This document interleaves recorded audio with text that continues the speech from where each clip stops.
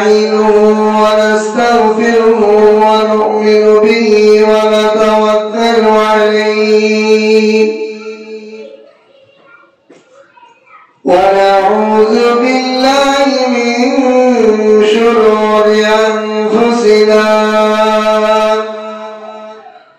ومن سيئات أعمالنا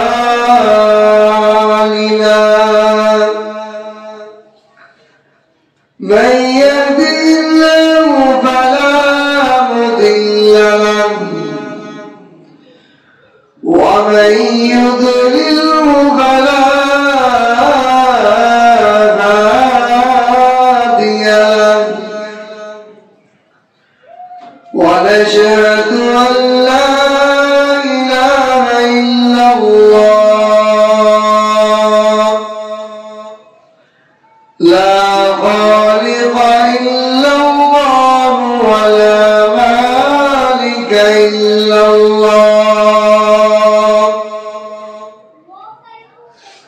ونشهد أن سيدنا وسندنا وحبيبنا وطبيب قلوبنا ومولانا محمدا عبده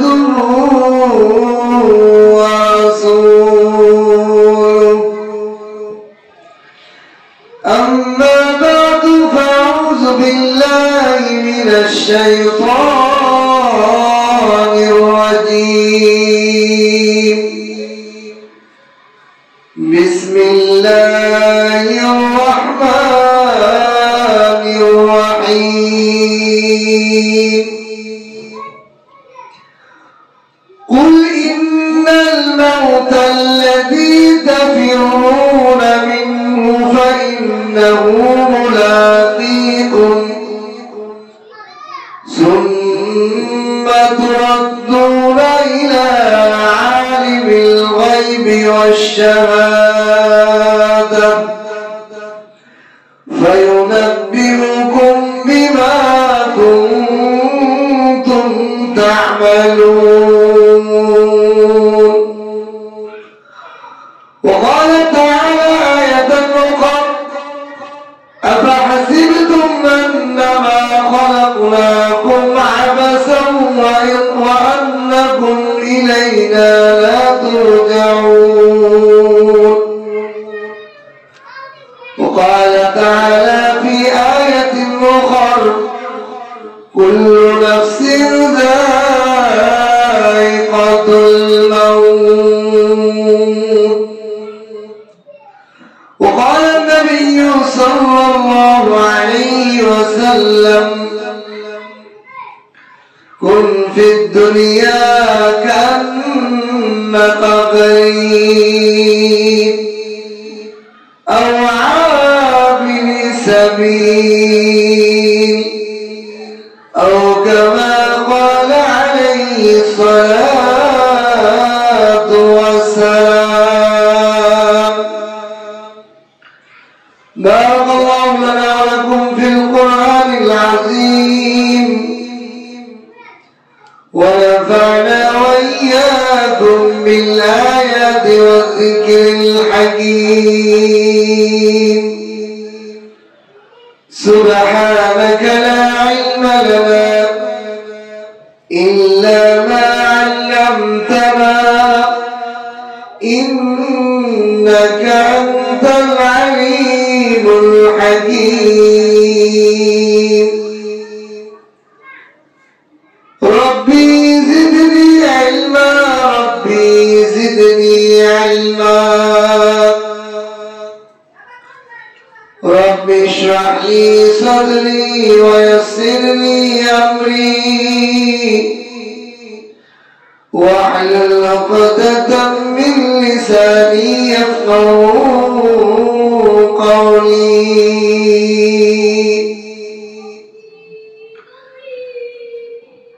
موت को मौत सदूर समझे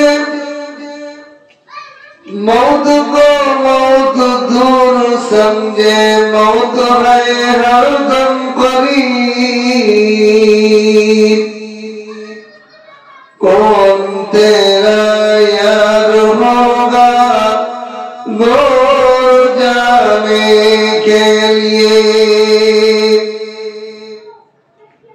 मौत को मौत दूर समझे, मौत है हरदम करीब।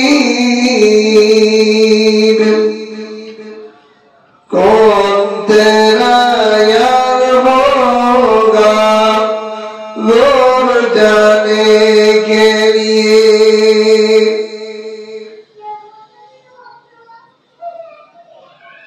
हकीकत में वही कामिल शिकस्त दिल जिसे हासिल, बहुत तालिबे खुदा मिलता शिकस्त दिल नहीं मिलता। बलगल उला बिकमालिही कशफत दुजा बिजमालिही, हसनत जमीअ खिसालिही, सल्लू अलैहि व आलिही। अल्लाह पाक के लाखों कोटि शुक्र और सुजूद। महान रब्बुल आलमीन আমাদেরকে দয়া করে মায়া করে জুমার আযানের সাথে সাথে আল্লাহর ঘর মসজিদে জুমার নামাজ আদায়ের উদ্দেশ্যে উপস্থিত হওয়ার তৌফিক দান করেছেন। এজন্য কালিমাতুশ শুকর আদায় করি আলহামদুলিল্লাহ। খুতবা এবং দুরূদের পরে কোরআনের কয়েকখানা ছোট্ট ছোট্ট আয়াত আমি তেলাওয়াত করেছি। বিষয়বস্তু আমরা সকলেই মরে যেতে হবে, এ কথা এমন একটা কথা যে এক কথার উপর পৃথিবীর সমস্ত প্রাণী একমত, শুধু মানুষ নয়, যত প্রাণী আছে যার মধ্যে প্রাণ আছে, এই কথার মধ্যে একতলাফ ভিন্ন দল হওয়ার কোন সুযোগ নাই। অনেক কথা আমার সাথে আমার বিবির মেলে না, ছেলে মেয়ের মেলে না, ভাই ভাই মেলে না, বন্ধু বন্ধু মেলে না, কিন্তু মৌত এমন একটা কথা এখানে দ্বিমত পোষণ করার সুযোগই নাই, হওয়া তো দূরের কথা। কুল্লু নাফসিন যায়িকাতুল মাউত, প্রত্যেকটা প্রাণী মৃত্যুর স্বাদ গ্রহণ করতে হইবে। এই কথা সত্য, এই কথার মাধ্যমে আল্লাহ তাআলা আমাদেরকে কি মেসেজ কি বুঝাইতে চান? আমাদের মৃত্যুবরণ করাই লাগবে। এর মানে হলো আল্লাহ রাব্বুল আলামিনের সামনে আমার হাজিরা দেয়া লাগবে। মৃত্যু তো আসলে জিন্দেগির শুরু নয়, শেষ নয়, মৃত্যু হলো জিন্দেগির শুরু। মৌত কো মৌত समझे काबिल इख्तितामे जिंदगी, दर हकीकत मौत है इब्तिदाए जिंदगी। গাফেলে উদাসীন মানুষেরা মনে করে মৌত তো জীবনের শেষ, মৌত মানে হলো আমার জিন্দেগি শেষ। বরং হাকিকতে বাস্তবে হলো মৌতের দ্বারা জিন্দেগির শুরু। যে জিন্দেগির কোন মৌত আর মৃত্যু নেই। দুনিয়ার জিন্দেগিতে মৌত আছে, আখিরাতের জিন্দেগিতে কি মৌত আছে? মৌত নেই। এইজন্য মৌতের কথা যে যত বেশি স্মরণ করবে, মৃত্যুর কথা যার যত মুরাকাবায় থাকবে, আখিরাতের পথ, আখিরাতের রাস্তা তার জন্য তত ক্লিয়ার, সহজ হয়ে যাবে। এই জন্য আল্লাহ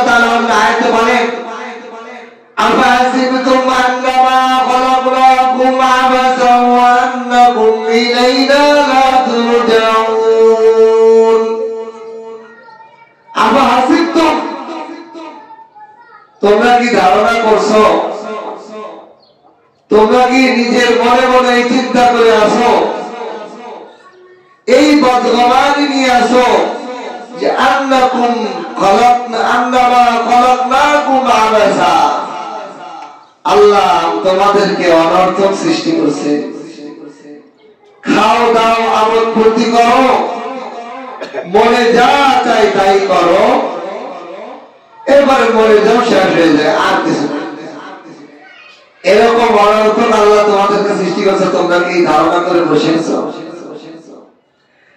আফাসিবতুম আন্নামা খলাকনাকুম আবাসা,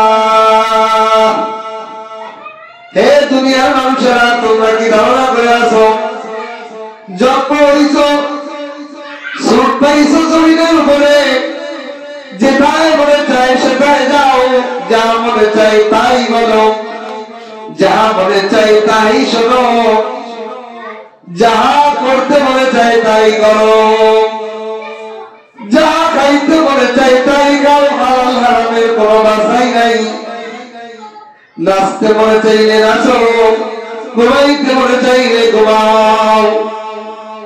এই অনর্থক কাজের জন্য আল্লাহ তোমাদেরকে কি সৃষ্টি করছে এই মনে করছো? আফাসিবতুম আন্নামা খলাকনাকুম আবাসা, ও দুনিয়ার মানুষেরা, তোমরা ধারণা করে বসে আছো আল্লাহ অনর্থক তোমাকে সৃষ্টি করেছে, ওয়া আন্নাকুম ইলাইনা লা তুরজাউন, আর তোমাদের মালিক আল্লাহ রাব্বুল আলামিনের কাছে ফিরে যাওয়া লাগবে না, এই ধারণা করে বসে আছো। জিন্দেগির জীবনের দিকে নিজে নিজে চোখ বুজে থাকা, আমাদের জীবনটা মনে হয় যে মঞ্চেই জিন্দেগির খেল তামাশার মধ্যে আছি, রক্তহীন জিন্দেগি এখনো করতেই পারি, আমার মনে যা চায় তাই খাই, তাই করি, তাই শুনি, তাই বলি, তাই করি, সব তাই দেখি, যাহা মনে চায় তাই দেখি, কোনটা দেখা যাবে আর কোনটা দেখা যাবে না এই কথা ভুলে গেছি একমাত্র মৌতের কথা না স্মরণ থাকার কারণে। এই জন্য আল্লাহ পাক কোরআনে কারীমের মাধ্যমে আমাদেরকে স্মরণ করিয়ে দিয়েছেন, আফাসিবতুম আন্নামা খলাকনাকুম, হে দুনিয়ার মানুষেরা, তোমরা ধারণা করে বসে আছো তোমাদেরকে আল্লাহ তাআলা অনর্থক সৃষ্টি করছে, আর কখনোই আমি মালিকের দরবারে ফিরে আসা লাগবে না। এই ধারণা যার আছে আর ধারণার মধ্যে আছে সেই মঞ্চেই জিন্দেগি পালন করতে পারে। ফরিদউদ্দিন আত্তার রাহমাতুল্লাহ আলাইহি জগৎ বিখ্যাত দার্শনিক, সাহিত্যিক, বুজুর্গ, পীর, কুতুব, আব্দাল, যা বলে বিখ্যাত কবি, ফার্সি ভাষা, বিশ্বকবি ফরিদউদ্দিন আত্তার রাহমাতুল্লাহ আলাইহি মৌতের স্মরণ মানুষের মধ্যে কি পরিমাণ চেঞ্জ করে, ওনার ফরিদউদ্দিন আতর ব্যবসায়ী থেকে আত্তার রাহমাতুল্লাহ আলাইহি হওয়ার পিছনের কারণটা বুঝতেই হবে। ফরিদউদ্দিন আত্তার উনি ছিলেন বাজারের একটা আতর ব্যবসায়ী।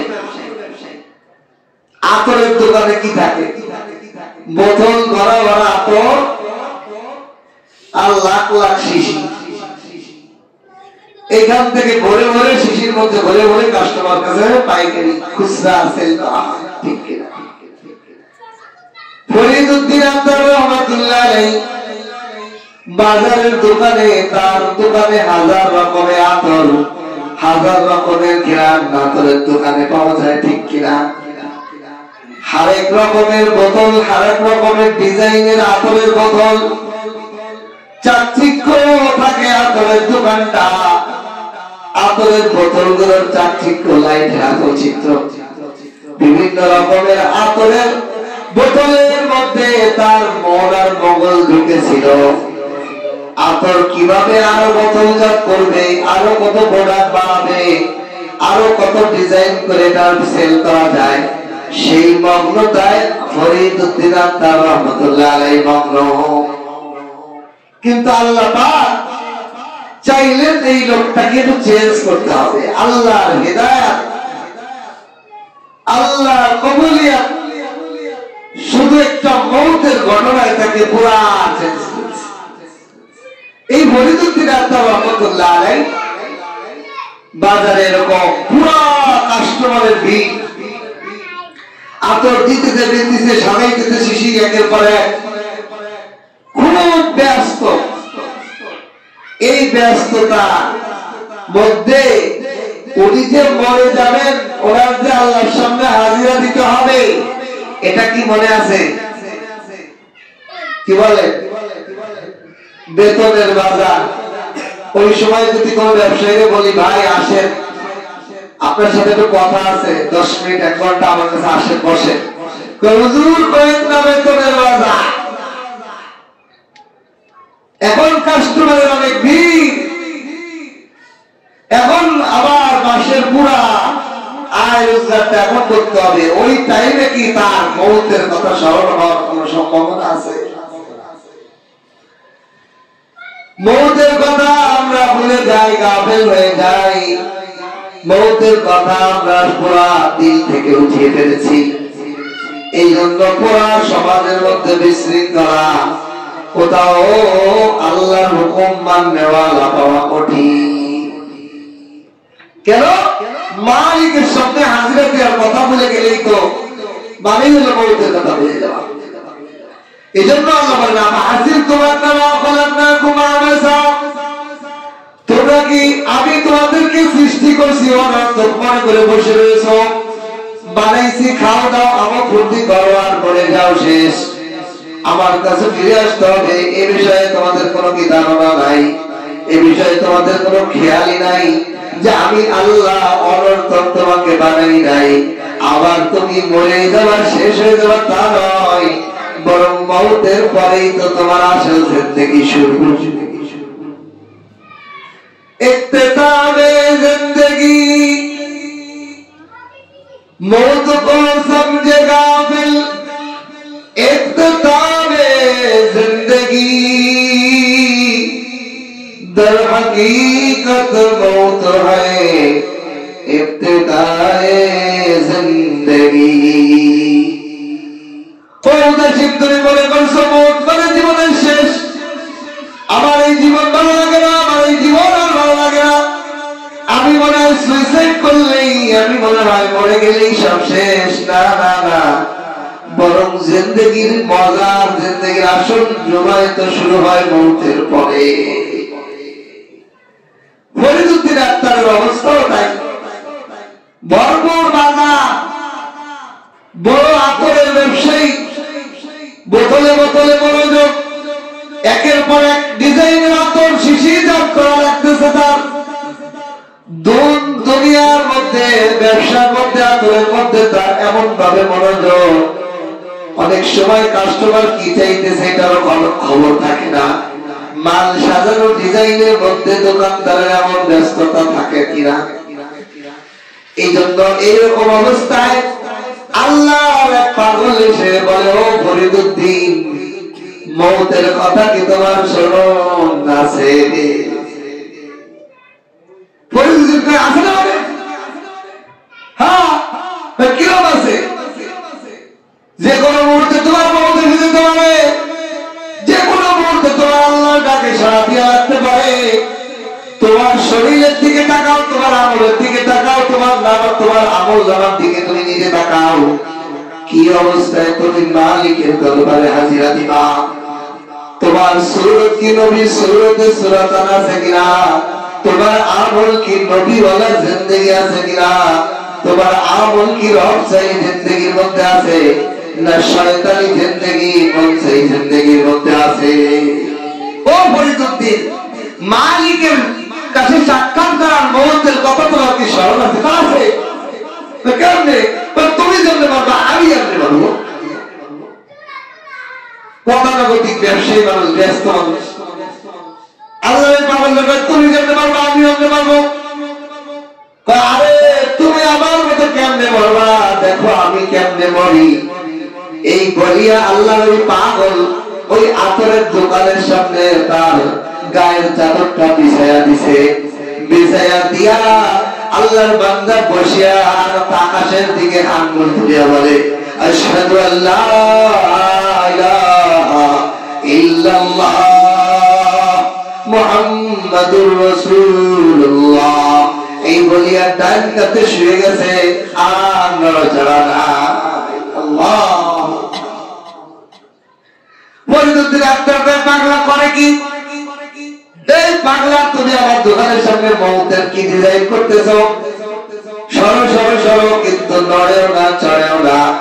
দোকান থেকে বের হয়ে আসিয়া গায়ে টাচ দিয়ে দেখে আল্লাহ বান্দা মালিকের কাছে হাজিরা দিয়ে দিছে। ফরিদুদ্দিন আত্মারের দিলের মধ্যে চোট লাগছে। হায়, ঠিকই তো বলছে, আমার কিরম মত হবে আমি তো জানি না। সে তো কি সুন্দর কালেমায়ে শাহাদাত পড়ে আল্লাহর ডাকে হাজিরা দিয়ে শুয়ে সুন্দর করে মুক্ত হয়ে গেল। না জানি আমি ফরিদুদ্দিন আত্মারের কেমন মত হবে, না জানি আমি ফরিদুদ্দিন আত্মারের রাস্তাঘাটের শিকল কুকুরের মতো মত হবে, নাকি ট্রাকের তলে জামা পড়ে মারা হবে, নাকি বেওয়ারিশ লাশের মতো পথে ঘাটে ঘুরে থাকতে হবে। হায়, আমার আর আতরের দোকান দরকার নাই। পাগলের জন্য পাগলের মতো ছুটিয়া জঙ্গলে দৌড়াইতে দৌড়াইতে চলে গেছে। মৌতের প্রস্তুতি নেওয়ার জন্য পাগলের মতো ব্যবসা বাণিজ্য সব ছেড়ে জগৎ বিখ্যাত ফরিদুদ্দিন আত্মার বুঝছে যে মৌতের স্মরণ যখন না আসবে দুনিয়া দিল থেকে বের হবে না। আবার অনেক মানুষের মৌত কেমন হয়, কিতাবের মধ্যে লেখেন বুজুর্গরা, এক শহর, পার্শ্ববর্তী গ্রাম, ওয়াদি, গরিব এলাকা, ওই এলাকার মধ্যে একটা বেওয়ারিশ লাশ পাওয়া গেছে। লাশের নাম ঠিকানা কিছুই জানা যাচ্ছে না। এলাকার মানুষ মানবতার খাতিরে লাশটা আনছে, এনে মসজিদের সামনে রেখে বলে, ও ইমাম সাহেব, এই লাশটা তো পাওয়া গেছে, কেমনে কি এরা দাফন ব্যবস্থা করে? সেও তো একটা মানুষ, যদিও তার নাম ঠিকানা, তার ছেলে মেয়ে, তার বাচ্চার ঠিকানা কিছুই জানা যাচ্ছে না, কোন মোবাইল নাম্বারও নাই, কিছুই নাই। এই লোকটার দাফন কাফনের তো ব্যবস্থা করা দরকার। ইমাম সাহেব বলে, ভাইরা, আমি তো দাফন কাফন গোসল গোসল করতে পারবো, কিন্তু এটা তো গ্রাম, এমনি টাকা পয়সা কম, আমি ইমাম সাহেবের বেতন তো কম, এলাকাটাও তো গরিব, এই কাফন কেনার সক্ষমতা আমার একার নাই। আপনারা একটা কি করবেন, একটা কাফনের খরচের ব্যবস্থা একটা করেন। এলাকার মাতবার সবাই মিলে, গ্রাম একটু গরিব এলাকা, হয় না, যে এলাকা খাইতে আছে নগদ টাকা কম, গ্রামগঞ্জের মানুষের হয়, শহরের মানুষের টাকা পয়সা আছে, মাল সামানা কম। গ্রামের মানুষের চাইলে 2 কেজি ধান দিয়ে 1 মণ ধান দিয়ে দিতে হবে, কিন্তু নগদ টাকা চাইলে 100 টাকা বের করে দেওয়া কঠিন। এই জন্য এলাকার মাতবার ইমাম সাহেবকে বললেন, ওই ইমাম সাহেব মাইকে ঘোষণা করেন, বেওয়ারিশ লাশ দাফনের কাপড় কেনার মতো খরচ নাই, আপনারা যে যা পারেন চাঁদা কালেকশন করেন। ইমাম সাহেব মাইকে ঘোষণা শুরু করলেন, বেওয়ারিশ লাশ পাওয়া গেছে, টাকার অভাবে তার কাপড়ের কাপড় কেনা যাচ্ছে না, তার কাপড়ের ব্যবস্থা করা যাচ্ছে না, আমরা সবাই যে যা পারি 5 টাকা 10 টাকা চাঁদা দেই। এইভাবে ইমাম সাহেব প্রায় আধা ঘন্টা 1 ঘন্টা মাইক মারার পর একটা কাপড়ের সেট কেনার টাকা জমা হইল। কত টাকার ভাই আমার, কত টাকার অহংকার, এমন তো হতে পারে আমার লাশ বেওয়ারিশ লাশ, ঠিক কিনা?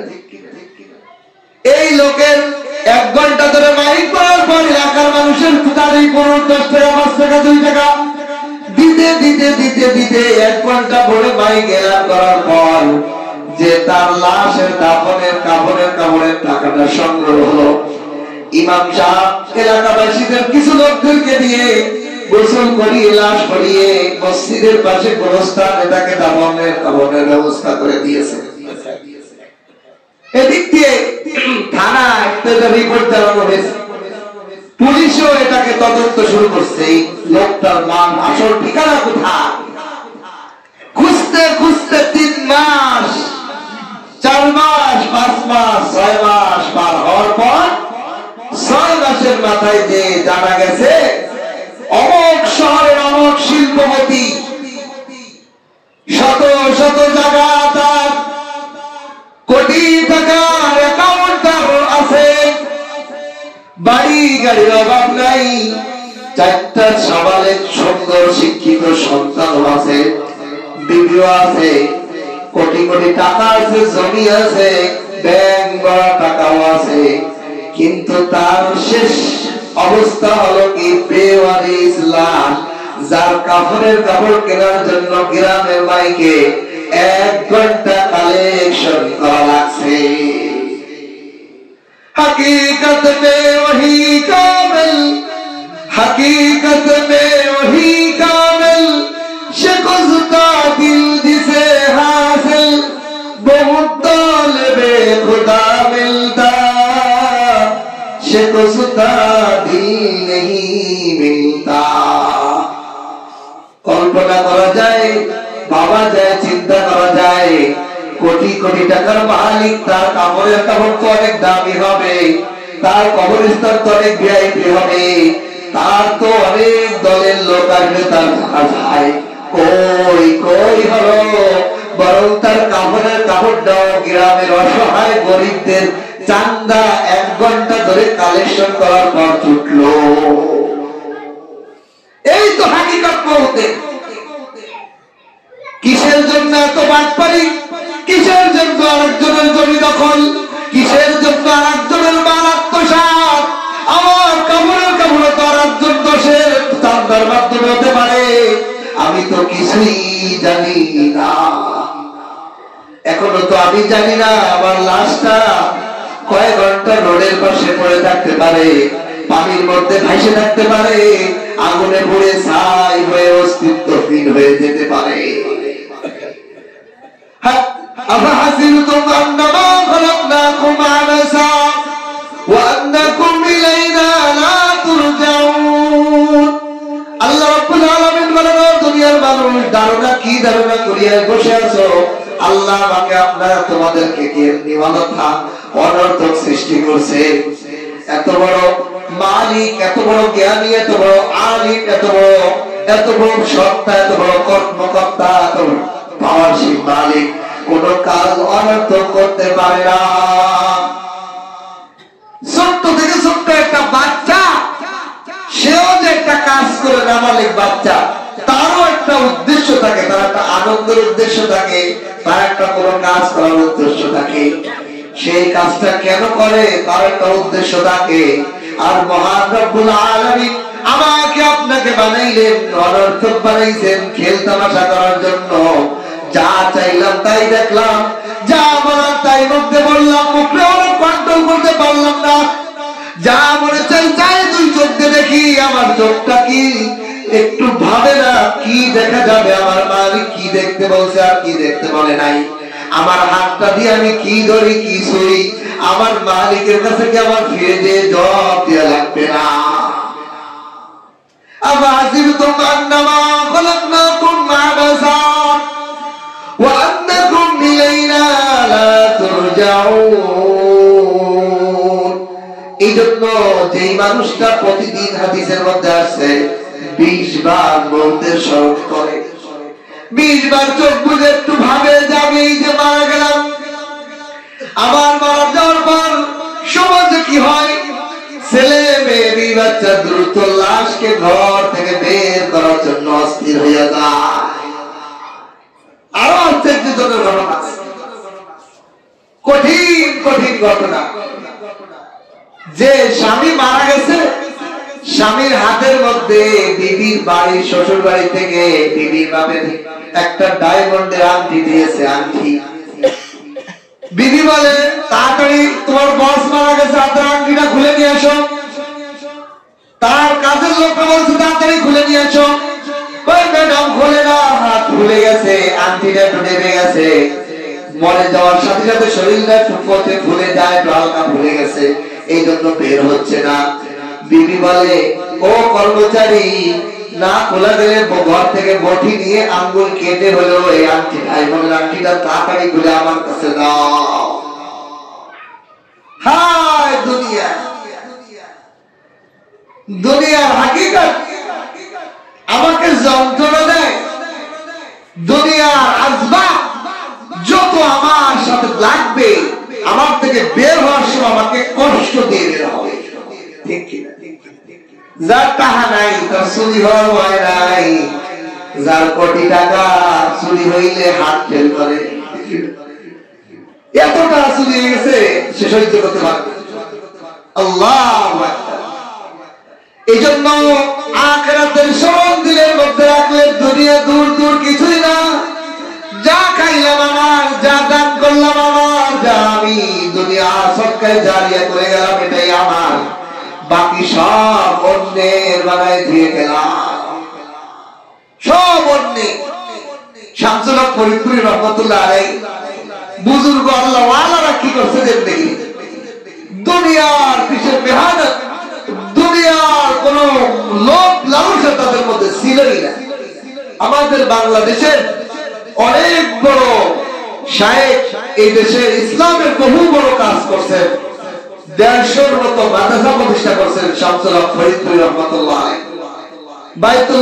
বাইতুল মুকাররম মসজিদ প্রতিষ্ঠাতা উনি, লালবাগ মাদ্রাসা প্রতিষ্ঠাতা উনি, বড়ঘাট মাদ্রাসা উনি, কামরাঙ্গি মাদ্রাসা উনা, এইরকম শত শত মাদ্রাসা ওনার দ্বারা প্রতিষ্ঠিত। ঢাকা শহরে উনি বাসা ভাড়া থাকে। এক জমিদার, এক ঢাকার পুরন ঢাকার ব্যবসায়ী বলেন, হুজুর আপনি আমাদের আলেম মানুষ, আমাদের দিনের কাজ করেন, আপনি বাসা ভাড়া থাকেন, আমার কষ্ট হয়, আপনাকে আমি ঢাকার মধ্যে একটা বাড়ি বানানোর জন্য জমি দিলাম, জমি দিতে চাই, আমি একটু বাড়ি বানাবো। অবশ্যই বাড়ি বানাবো, তাড়াতাড়ি দাও। রেজিস্ট্রেশন আইনে দলিল পত্র করে ওনার নামে দানপত্র করে দিচ্ছে। ওই মজলিসের মধ্যেই ওই রেজিস্ট্রারকে বলে আরেকটা স্ট্যাম্প বের করো, এই জমিকে আমি মাদ্রাসা এবং মসজিদের জন্য অক্ষ করে দিলাম। সেই জমিটাই হলো এখন বর্তমান ঢাকা শহরের ফরিদাবাদ মাদ্রাসা। দাদা কয় হুজুর বুঝলাম না, আপনারা দিলাম মনে আমি কাঁসা নিয়ে একটা বাড়ি বানাবেন, আপনি মাদ্রাসা মসজিদ বানালেন, আপনি তো কত মাদ্রাসা বানাইছেন, আমার এর মাদ্রাসা বানাইলেন।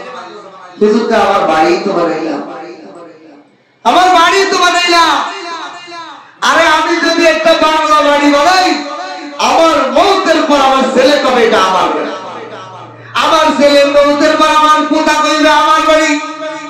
এইভাবে তো আমি মুসাফির খানা বানাইলাম, এটা আমার বাড়ি হবে না। আর আমি যদি মাদ্রাসার মসজিদ বানাইলাম, কিয়ামত পর্যন্ত ওটা দানপত্রে লেখা থাকবে শামসুল হক ফরিদপুরি, বরং জান্নাতেও এই বাড়িটা আমারই থাকবে। यही हम सब मुसाफिर हैं, वही आखिर ठिकाना, कोई आगे रवाना है, कोई पीछे रवाना। যে বুঝে ফেলবে যে পড়তেই হবে, মৌতের সময় যার মধ্যে সর্বদা থাকবে, আমার মালিক আমাকে অনন্ত বানাই নাই, আমাকে একটা কাজে বানাইছে, ওই কাজ করে আমার মালিকের কাছে হিসাব দেওয়া লাগবে, নোটিশ দেওয়া লাগবে, রিপোর্ট দেওয়া লাগবে।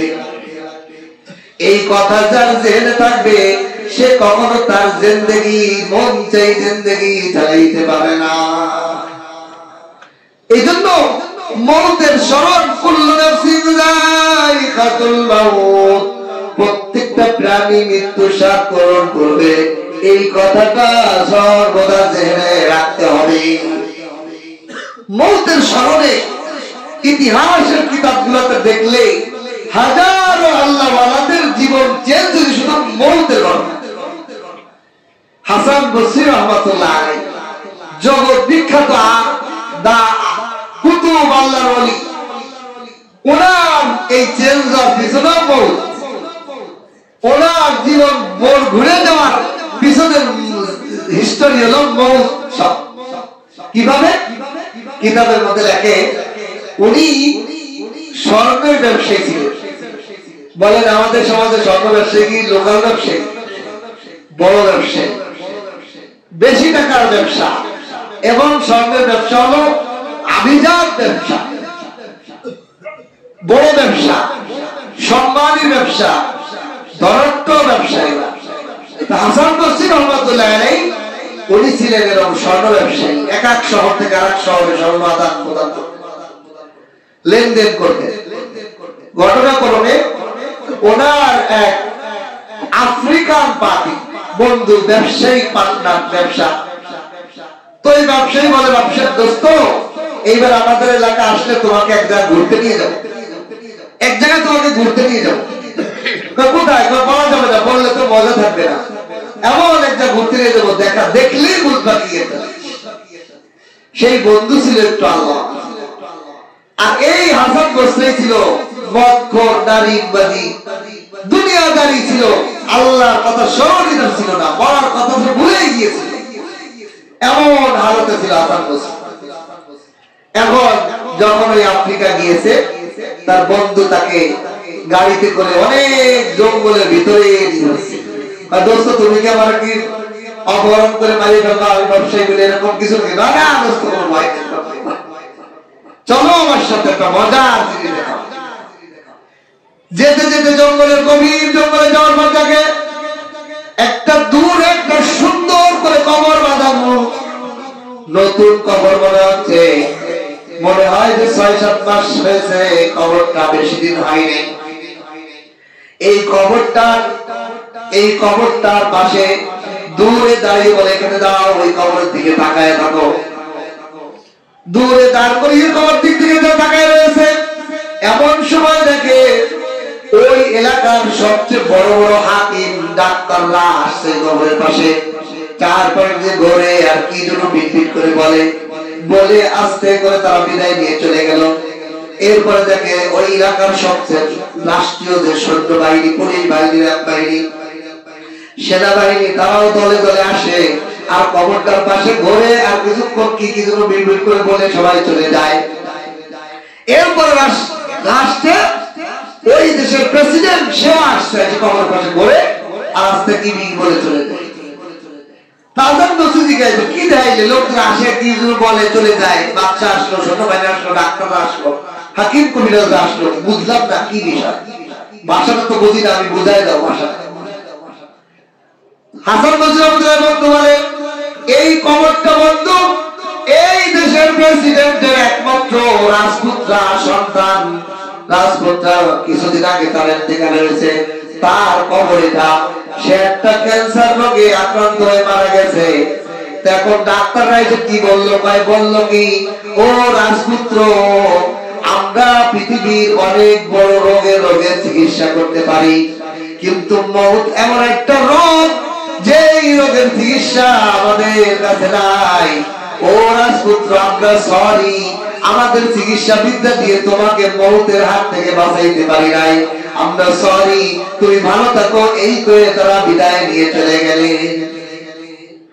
এরপরে সেনাবাহিনী আসছে। সেনাবাহিনী এসে সালাম দিয়ে বলে, ও রাজপুত্র, তুমি যদি দুনিয়ার কোন সৈন্যের কাছে আটকা পড়তে, আমরা যুদ্ধ করে হলেও, জীবন দিয়ে হলেও তোমাকে আমরা রক্ষা করে আনতাম, তোমাকে আমরা তাদের থেকে ছিনিয়ে আনতাম। তুমি যদি অপহরণ হতে কোন রাজ্যের কাছে, ওই রাজ্যকে তছনছ করে দিয়ে, ধ্বংস করে দিয়ে তোমাকে উদ্ধার করার চেষ্টা করতাম, আনতাম। কিন্তু মওত এমন এক গ্রেফতার, যেখান থেকে আমাদের শক্তিতে কোনো কাজ হয় না, তোমাকে উদ্ধার করার কোন সুযোগ আমাদের নাই। এই জন্য আমরা সরি, আমরা কিছুই করতে পারলাম না, তুমি ভালো থেকো। এরপরে স্বয়ং বাদশাহ এসে বলে, ও আমার পুত্র, যদি আমার ক্ষমতার দাপট দাপটে কোনো কিছু করা যাইতো, আমি তোমাকে মৌতের হাত থেকে বাঁচাইতে পারতাম, কিন্তু আমার হুকুমত, আমার ক্ষমতা, আমার পাওয়ার, আমার টু করার সাথে সাথে কোনো কিছু হয়ে যাওয়া, এই সিংহাসনের ক্ষমতার পাওয়ারে মৌতের ঘর থেকে বাঁচানোর কোনো ক্ষমতা আমার নাই। ও ভূত, তুমি আখিরাতে ভালো থেকো, আসসালামু আলাইকুম। তারা দোয়াটা করে চলে গেল। হাসান বসরির জীবনের মধ্যে মৌতের কথা স্মরণ হইল। আরে রাজপুত্র সারা দেশের চাকররা তার চিকিৎসার জন্য প্রস্তুত, কিন্তু মৌত নামে রোগের থেকে বাঁচানোর ক্ষমতা ডাক্তারদের নাই। সেনাবাহিনীর পাওয়ার, সেনাবাহিনীর ক্ষমতা থাকার পরেও সেনাবাহিনীর ক্ষমতা দিয়ে মৌতের হাত থেকে যদি বাঁচানো যায়, পরে রাষ্ট্রীয় প্রধানমন্ত্রীর ক্ষমতা দিয়ে, রাজার ক্ষমতা দিয়ে যদি রাজপুত্রকে পর থেকে বাঁচানো না যায়, আমি হাসান বসরির কি হবে? হাসান বসরি মুরাকাবার মধ্যে ডুবে গেছে। কিসের স্বর্ণ, কিসের নারী, কিসের মদ, কিসের ভোগ বিলাস। আর আমার তো মৌত হবে, মৌত থেকে টাকাইতে কেউ পারবে না। আমার তো মালিকের সামনে দাঁড়ানো লাগবে, আমার জিন্দেগির হিসাব পাই টু পাই দেওয়া লাগবে। আমার জিন্দেগির সমস্ত দপ্তরের কোনো কিছু বাদ যাবে না। আল্লাহ পাক কোরআনে কারীমের মধ্যে স্পষ্ট বলেছেন, সমস্ত কিতাবগুলা তাদেরকে হাজিরা করা হবে। সমস্ত কিতাব আমলনামার পাই টু পাই দেখিয়া বান্দা বলবে, আল্লাহ এই সামান্য জিনিস আপনি সব এই খাতায় উঠে রাখছেন, আমি তো এটা মনেই করি নাই যে এগুলোর হিসাব আপনি নিবেন। তখন হাসান বসরির ভিতর মুরাকাবা এসে গেছে। মৌতের কথা এমন ভাবে ওনার দিলের মধ্যে আসছে, সব বাদ দিয়া, সব চিন্তা বাদ দিয়া পাগলের মতো জঙ্গলের মধ্যে আল্লাহ আল্লাহ করা শুরু করছে। দোস্তরে বলে, দোস্ত যাও, হয়ে গেছে জিন্দেগি, আর দরকার নাই। যেই মৌত থেকে বাঁচার উপায় নাই, সেই মৌতের প্রস্তুতি লাগবে আমার। কুল্লু নাফসিন যায়িকাতুল মাউত সুম্মা ইলাইনা তুরজাউন। প্রত্যেকটা প্রাণীর মৌতের স্বাদ গ্রহণ করা লাগবে, আর মৌতের পরে মালিকের সামনে দাঁড়ায় সব হিসাব দেওয়া লাগবে। এই জন্য দিনে কমসে কম একবার, বহুবার না পারেন, হাদিসে তাতে 20 বার স্মরণ করা। কমপে আমরা রাতের বেলা একটু বসিয়া ঘুমানোর আগে চোখটা বুঝে দেখবেন আমি নাই, দুনিয়ার ব্যবসা চলবে কিনা। আপনি পাশে খবর নিয়ে দেখেন, মার্কেটের অমুক লোক মারা গেছে, মার্কেট চলতেছে কিনা, মালিকরা জড়িয়ে যাচ্ছে, কাস্টমাররা জড়িয়ে যাচ্ছে, দোকান ঠিকই চলতেছে, লোকটা মার্কেটে না। বাড়িওয়ালা নাই, ভাড়াই দিয়া নাই, কত মানুষ আমাদের চোখের সামনে হারিয়ে যাচ্ছে, তাদের খবর নেওয়ার মানুষ নাই। আমি আপনি মরে গেলে আমার আপনার খবর নেওয়ার কেউ থাকবে কিনা চিন্তা করে। এই জন্য আখিরাতের প্রস্তুতি নেওয়া, জিন্দেগির এই সমস্ত সামান্য সময়ের মধ্যে ওই আখিরাতের আসল জিন্দেগিকে সাজানোর চেষ্টা করা, আখিরাতের আসল জিন্দেগিকে সফল বানানোর সময় হলো এখন। এই সময়ের মধ্যে আখিরাতের আসল জিন্দেগি সাজাই নিতে হবে। আল্লাহ পাক আমাদের সকলকে এই সামান্য জিন্দেগির মধ্যে ওই আখিরাতের জিন্দেগি সাজাই নেওয়ার তৌফিক দান করেন। আমিন। ওয়া আখিরু দাওয়ানা আলহামদুলিল্লাহি রাব্বিল আলামিন।